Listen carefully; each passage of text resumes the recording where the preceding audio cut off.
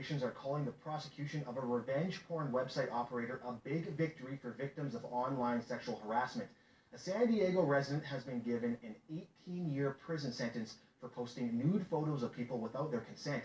Amber Rockcliffe spoke with local women's rights advocates who say a lot more needs to be done to combat online crimes. Cyber exploitation is a growing problem in our country and is destroying lives, according to the Canadian Women's Foundation.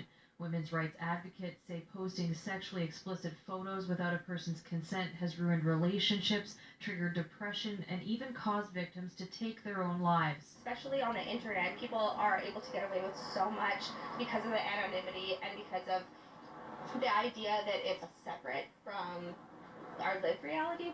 28-year-old San Diego resident Kevin Christopher Bolaire has been sentenced to nearly 18 years in prison for running a website that allowed anonymous users to post sexually explicit photos, often of former lovers, without their consent. The victims then had to pay Bolaire to take down the images. And so I think that this is a good step in the right direction towards consent culture.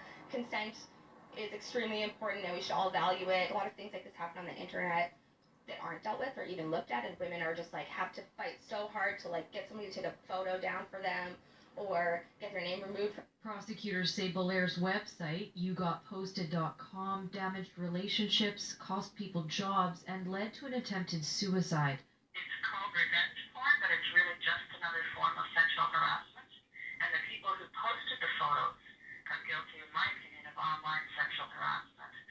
Which is AXJ. Sexual assault has formed at the University of Saskatchewan. Its aim is to create a dedicated resource center for victims of assault, which will include help for victims of cyber exploitation. These people are fucking relentless. In a very open way. We don't have a lot of information. It's AXJ. And you know who created that AXJ, those symbols you've seen in that profile there?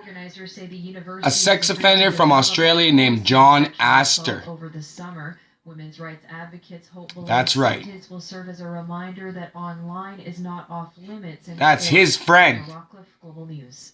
John Astor created AXJ, and that was the guy. That's his friend. Can you believe it? They're all starting to come down now.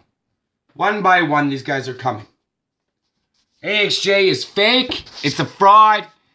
I don't know how even John Astor's allowed to still use the internet. I have the police recorded where they say he's convicted of downloading over so many images of child pornography. It's just sickening. And this guy's got a deal where he can still use the internet, still create his AXJ shit fraud all over Facebook. Facebook does nothing. So anyway, now this is time where people start to speak up. Maybe even anonymous guys start to get involved here and do something about these guys, because the shit's everywhere. It's going nonstop. So if we're really going to do something about it, we should stop talking about it and do something about it. It's got to stop. We got to end this AXJ shit once and for all.